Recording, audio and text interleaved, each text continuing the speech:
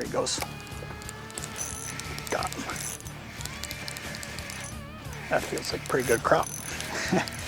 Man, I don't know about you, but I just love crappie fishing. Spring, fall, doesn't matter. Crappie fishing, bluegills. Man, I just really enjoy it. Love my walleye fishing, but I'll tell you what, this right here is awesome. This jet black crappie, he's headed up spawn right now.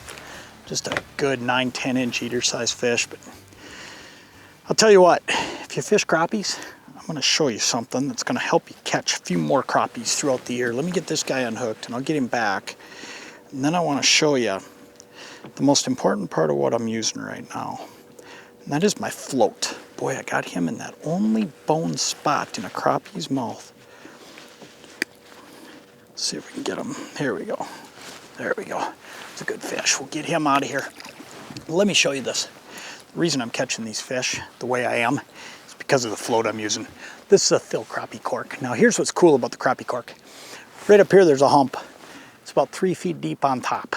There's some fish that have been right around the edges of that hump, and it slides all the way off into 9. Now if those fish are on top, and sometimes they are, I'm going to use this as a spring float, because see, the crappie cork comes in such a way that you've got a spring float down here on the bottom, but when you buy a crappie cork, it's also got a slip knot right up here on the top.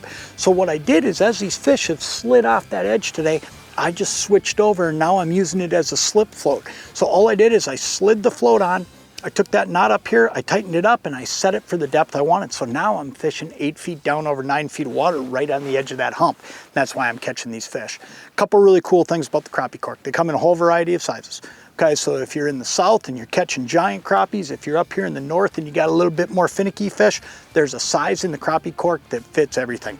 It's a high visibility float. You can see this thing from a mile away with that pink top and yellow bottom.